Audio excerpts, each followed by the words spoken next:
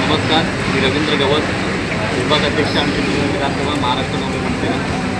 काल रात्रीपासून जो पाऊस पडतो आहे मुंबईत, त्या मुंबईतील पावसामुळे आज मान्सून महाराष्ट्राकडे देखील पूर्ण लोकांची घरं डुबली होती. काही लोक कित्येक वर्षानुवर्ष त्या भरलेल्या पाण्यामध्ये राहत आहेत.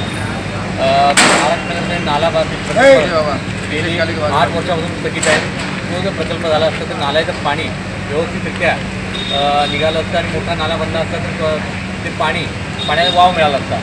तसेच त्या लोकांच्या घरामध्ये पाणी शिरलं, त्या लोकांच्या घरामध्ये ते साप वगैरे पाणी जलचर पाणी आले, त्यामुळे काही लोकांचा विषबाधा किंवा एखादी जीवितहानी होऊ शकते. लोकांच्या घरात अक्षरशः कमरेच्या वर पाणी भरलेलं असल्यामुळे रात्रभर लोक अंधारात आणि कोणत्याही प्रकारचं जेवण न करता रात्रभर जागे होऊन ते लोक रात्र काढली. त्या लोकांच्या घरातील सर्व वस्तू, टी व्ही असतील, फ्रीज असतील, कपाट असतील, ते भिजले. आणि शासनाकडे एक विनंती आहे की आज कालच्या दुर्घटनेत किंवा जे आपत्ती झाले त्या आपत्ती व्यवस्थापनाकडून शासनाने तिथली लोकांना, स्थानिक लोकांना, त्या लोकांना भरपाई द्यावी.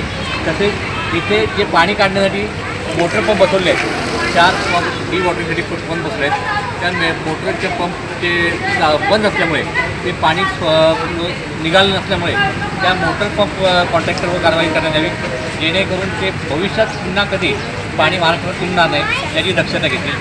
महानगरपालिकेतर्फे काल काही माणसं आपत्कालीन व्यवस्था याच्यातले काही लोक आली होती, परंतु ते त्या लोकांना देखील पाण्यामधून तिथे येण्यास भीती वाटत असल्यामुळे लोक अक्षरशः घरामध्ये पडून होती. आमच्या काही स्थानिक कार्यकर्त्यांनी त्या लोकांना तिथे जाऊन काही मदत केल्यामुळे लोकांना थोडा धीर आला.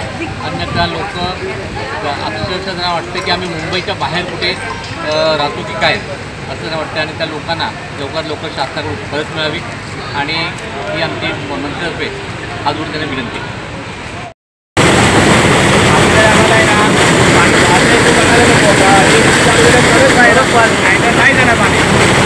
महाराष्ट्रामधलं पाणी काढण्यासाठी महानगरपालिकेतर्फे काही मोटर लावलेले आहेत, एक्स्ट्रा मोटर लावले आहेत.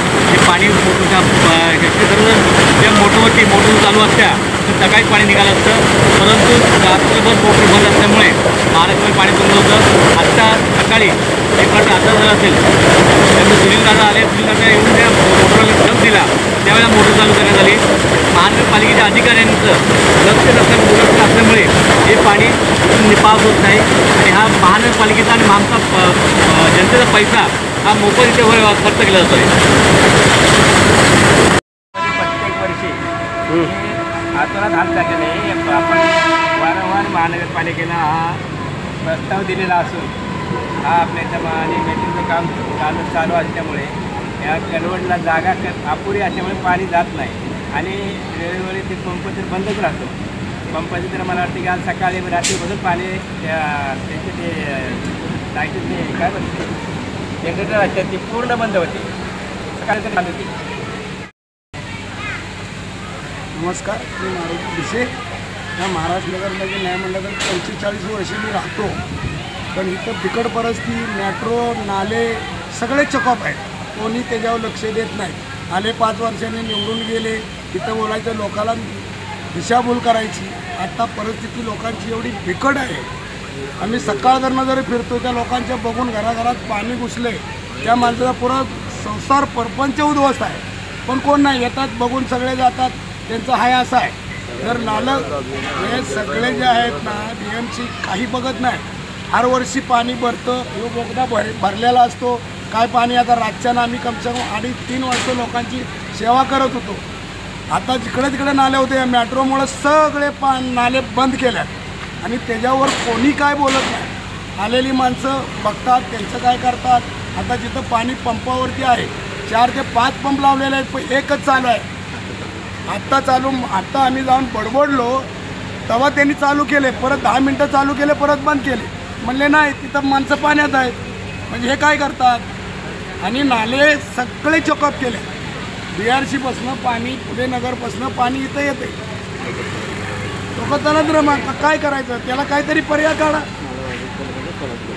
नाला बाधेचं आहे त्याचं द्या, म्हणजे नाला मोठा निघाला म्हणजे पाणी जाईल. पण कोण करत नाही.